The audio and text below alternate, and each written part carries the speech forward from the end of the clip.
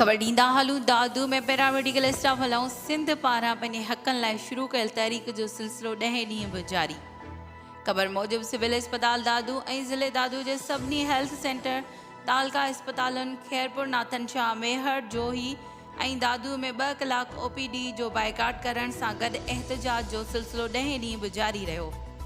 एहतजाज दौरान पैरामेडिकल अॻवाननि मोहम्मद आचर पंवर इम्तियाज़ अहमद चांडियो निसार अहमद लाशारी ज़हीर खोड़ो अब्दुल मजीद झत्याल अख्तर हुसैन समो समीना लाशारी मोहम्मद छुट्टल लाखो सरवान शेख अल्ताफ़ अहमद पंवर अब्दुल मजीद जतोई नज़ीर बबर रहमान पंवर जाहिद गरमाणी मंसूर अली भट्टी मोहम्मद जुम्मन खोखर अरशद अली नुहानी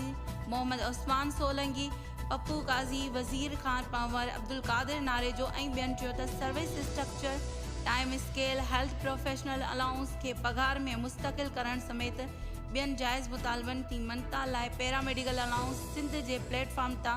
सॼे सिंध में OPD जो बाइकाट सां गॾु एहतजाज कयो पियो वञे, पर सिंध हुकूमत में वेठल वज़ीरनि तोड़े मशीरनि जे कन ते जूं बि नथी चुरे। असां हिकु भेरो ॿीहर सिंध जे वॾे वज़ीर सैयद मुराद अली शाह ऐं ॿियनि इख्तियारनि खां मुतालबो था करियूं त असांजा जाइज़ मसला जल्द खां जल्द हल कया वञनि,